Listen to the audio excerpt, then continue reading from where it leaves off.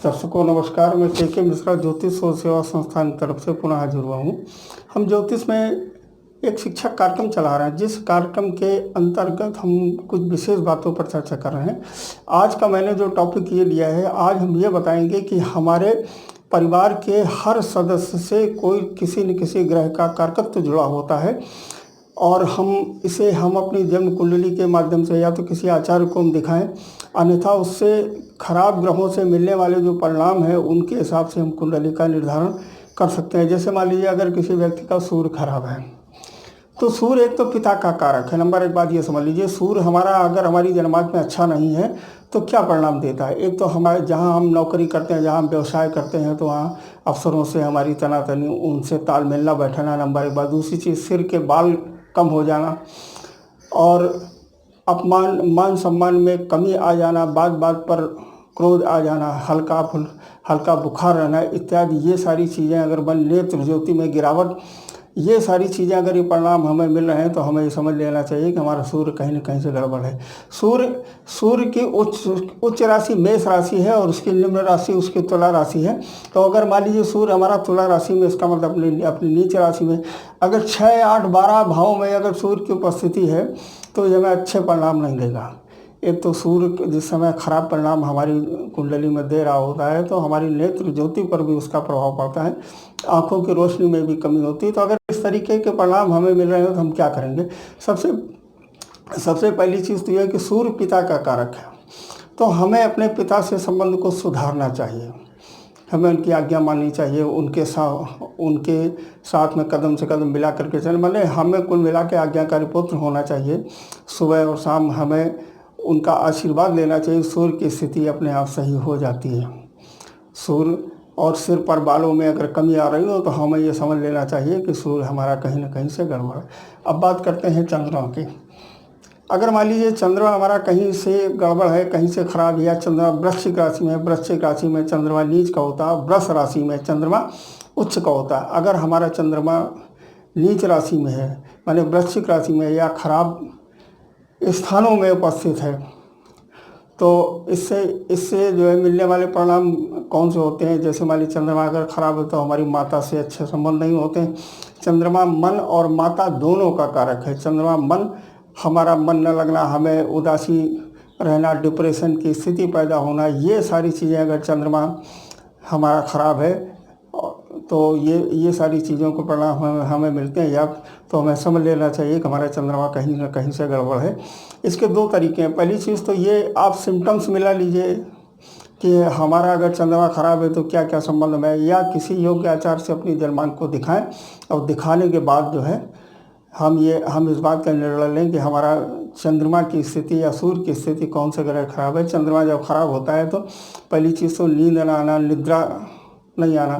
दूसरी चीज़, मन में स्थिरता न रहना, मन चंचल बना रहना। आज हमने निर्णय किसी काम को करने के लिए किया, 2 दिन बाद हम उस काम को बंद करके नए काम की तलाश में हम निकल जाते हैं। दूसरी चीज़, माता से अच्छे संबंध नहीं होते हैं, व्यापार में गिरावट आने लगती है। ये सारी चीज़ें अगर चंद्रमा से हैं तो हमें क्या उपाय करना चाहिए। पहली चीज़ तो ये है कि रात में दूध का सेवन बंद कर देना चाहिए। दूसरी चीज़, माता से संबंध अच्छे सुधारना चाहिए। और सोमवार और ये चंद्रवार का एक मंत्र है, ओम श्राम श्रीम श्रौम सह चंद्रमसे नमः, इस मंत्र का जाप करना चाहिए तो चंद्रमा की स्थिति अपने आप सुधर जाती है। इसमें प्रमुख कारण, चूँकि आज का हमारा आर्टिकल ही यही है कि हम परिवार के सदस्यों से अपने ग्रहों को कैसे सुधारें। तो अगर आपका चंद्रमा कहीं से गड़बड़ है तो आप अपनी माता से संबंध सुधार लीजिए। और हम ये दावा करते हैं, ये इस बात का प्रमाण हम आपको देते हैं कि अगर माता से संबंध आपने अच्छे सुधार लिए तो चंद्रमा की स्थिति अपने आप सही हो जाएगी और उससे मिलने वाले जो दुष्परिणाम है वो सही मिलने लगेंगे। अब बात करते हैं मंगल की। मंगल, अगर हमारी जन्मांक में मंगल की स्थिति अच्छी नहीं है, मंगल कहीं ना कहीं से खराब है, तो हमारे परिश्रम में कमी आ जाती है।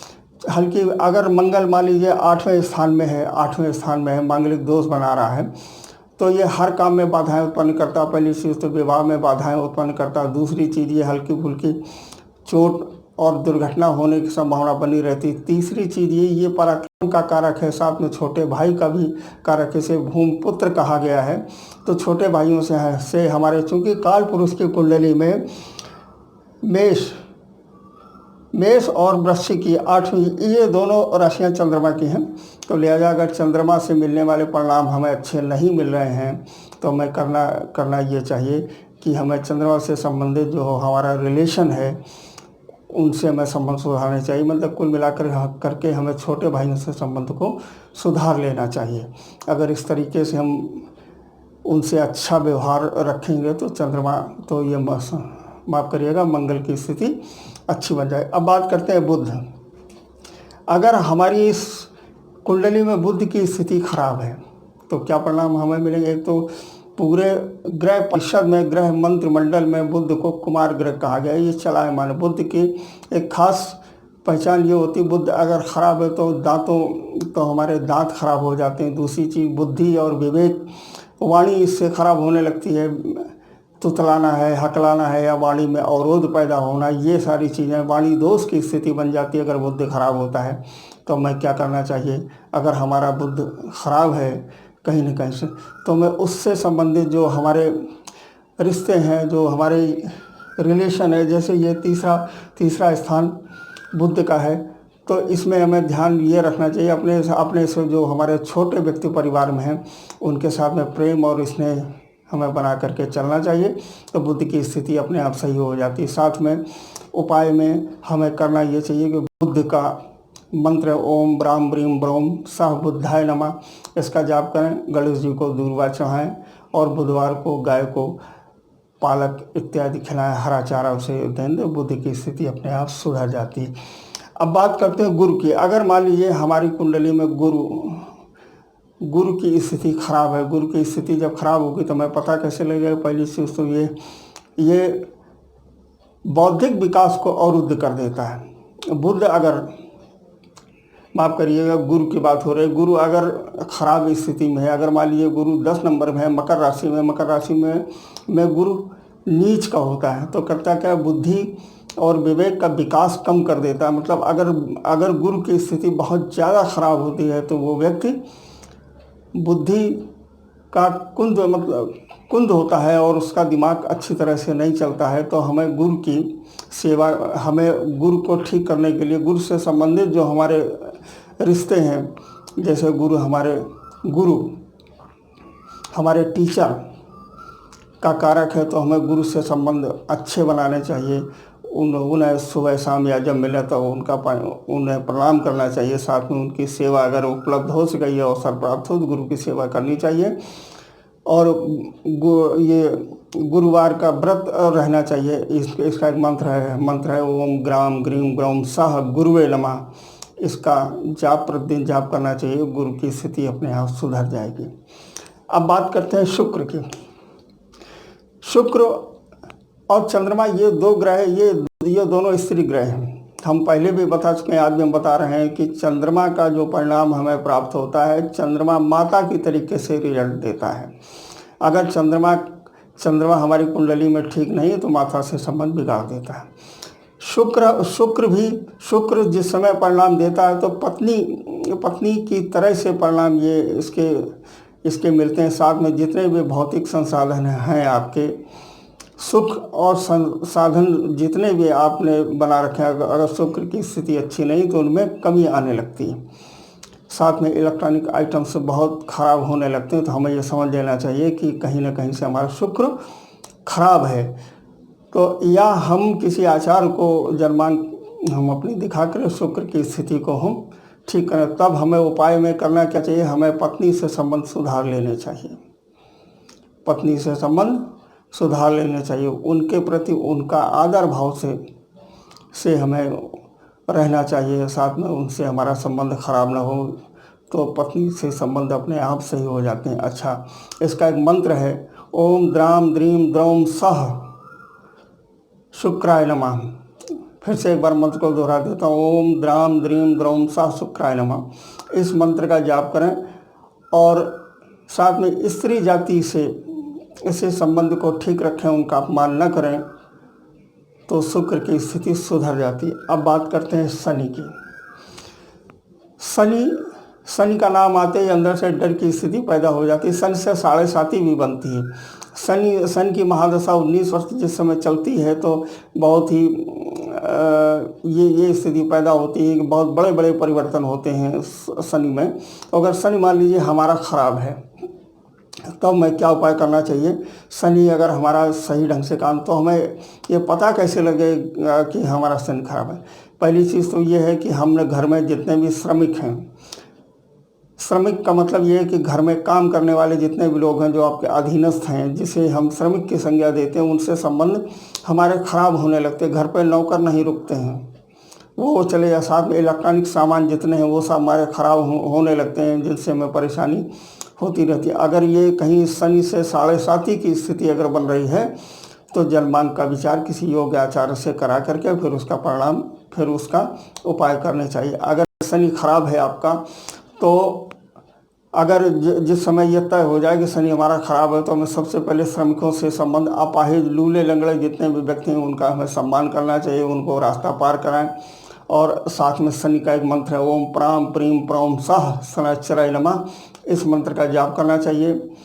और पीपल के पेड़ के नीचे दीपक जो है जलाना चाहिए, साथ में शनि की आराधना करनी चाहिए। तो हमारा शनि से मिलने वाले परिणाम हमारे शुभ धीरे धीरे करके प्राप्त होने लगते हैं। अब बात करते हैं राहु और केतु की। राहु और केतु ये दोनों ग्रह नहीं हैं, इन्हें छाया ग्रह की संज्ञा दी गई है। छाया ग्रह यत् पिंडे तत् ब्रह्मांडे, जो ग्रह हमारे जिन्हें हम स्पर्श कर सकते हैं, जिन्हें हम देख सकते हैं, उन्हें ही ग्रहों की संज्ञा दी गई है। लेकिन राहु और केतु ये दोनों ऐसे ग्रह हैं, ये दोनों बिंदु हैं, मतलब पृथ्वी का चंद्रमा जिन दो बिंदुओं पर जोड़क को काटता है, या तो उनमें से ऊपर वाले बिंदु को राहु, नीचे वाले बिंदु को हम केतु कहते हैं। कुजवत केतु शनिवत राहु, कुज माने मंगल, तो केतु मंगल की तरह से प्रभाव देता है और राहु शनि की तरह से राहु शनि की तरह से परिणाम देता है। राहु वायु का कारक है। राहु अगर हमारा खराब होता है तो हमें अपने दादा की सेवा करनी चाहिए, माने पिता की सेवा करनी चाहिए, उनका सम्मान करना चाहिए, उनकी आज्ञा का पालन करना चाहिए। और साथ में किसी वयोवृद्ध व्यक्ति अगर कोई है आपके संपर्क में तो उसकी भी सेवा करनी चाहिए। इस तरह से अगर आप करेंगे तो हमारे परिवार में ही सारे ग्रहों, सारे सदस्यों से हमारे कुंडली का जो उपाय हैं वो सब छिपे होते हैं। तो आज हमने यही सोचा कि ये मैं बता देता हूँ कि हम अपने परिवार के सदस्यों से ही अपने ग्रहों को बहुत कुछ ठीक कर सकते हैं, बशर्ते हमें ये पता हो कि हमारा कौन सा ग्रह हमारा खराब। इसके लिए 2 तरीके हैं, या तो किसी योग्य आचार्य से आप जलमान को दिखाएं, अन्यथा हर ग्रह से मिलने वाले परिणाम को जानें और तब हम इसकी बात करें। मित्रों, हमारा ये कार्यक्रम था। आप हमारे चैनल को लाइक और सब्सक्राइब अवश्य करें। साथ में अगर कोई समस्या कहीं से आ रही हो तो कमेंट बॉक्स पर आप एक कमेंट डालें। हम कुंडली का विश्लेषण भी करते हैं। अगर आप हमें अपनी कुंडली को भेज देंगे तो हम उसका विश्लेषण करके हम आपको कॉल करेंगे। हमारे दोनों नंबर और हमारी वेबसाइट, हमारे दोनों नंबर 94 50 34 76 51 94 550 950 10 और हमारी वेबसाइट है www.vedangajyotish.in। हमारी मेल आईडी है astrologerkk@gmail.com। इन पर किसी पर भी अगर आप हमें संपर्क करेंगे तो हम आपको जवाब ज़रूर से ज़रूर देंगे। हफ्ते में 1 दिन हम प्रश्नों के उत्तर भी देते हैं। तो अगर आप हमारे पास अपनी कुंडलियाँ और उससे संबंधित जुड़ा हुआ प्रश्न अगर आप भेजेंगे तो हम आपसे बात करके और उसका निराकरण करने का प्रयास करेंगे। अच्छा, एक बात और है, हमारे इस चैनल को लाइक और सब्सक्राइब अवश्य करें। धन्यवाद, नमस्कार।